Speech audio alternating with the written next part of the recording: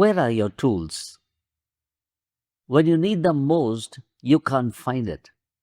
Either you do not remember where you kept it, or you do not know when you gave it away.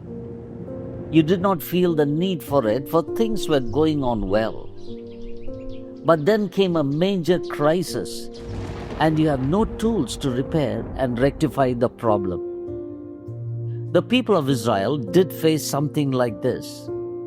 In 1 Samuel chapter 13, Saul and Jonathan were up against the Philistines. The people of Israel were distressed.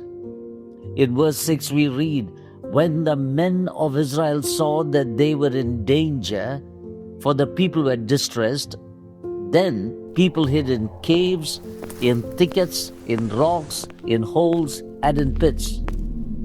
And some of the Hebrews crossed over the Jordan to the land of Gad and Gilead.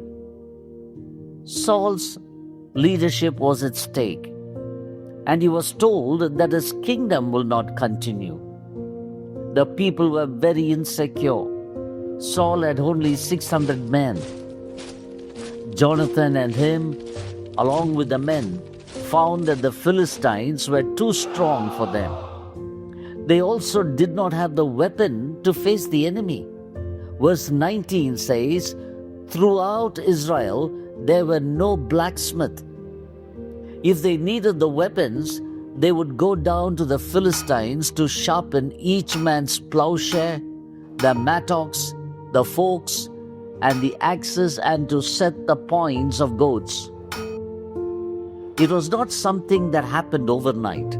The Philistines strategically planned that there will not be any blacksmith in Israel, for they did not want them to have swords and spears and become dependent on the Philistines.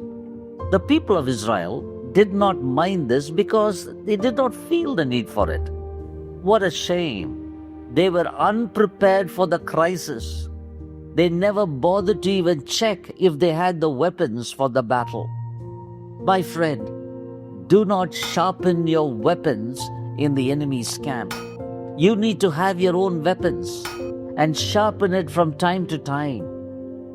Satan will try to disarm you, and he does it little by little, and you don't even feel it is being done. Unpreparedness to fight the battle can create insecurity among the people who are dependent on you. We are fighting against principalities and power. Paul says, stand firm, wear the whole armor of God. Satan is moving around like a roaring lion to devour you. When the attack will come, we do not know. Remember Samson in Judges chapter 16 verse 20? Then she called, Samson, the Philistines are upon you. He awoke from his sleep and thought, I will go out as before and shake myself free. But he did not know that the Lord had left him. He was unprepared. The evil one weakens us, disarms us, and makes us vulnerable. We can be complacent when things are going on well.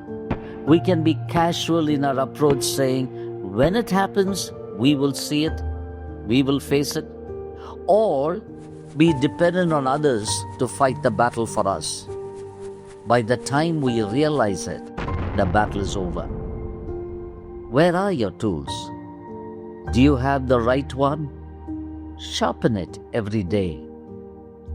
Battles in a person's life is inevitable. Sometimes it can be a continuous conflict, and it can overwhelm us.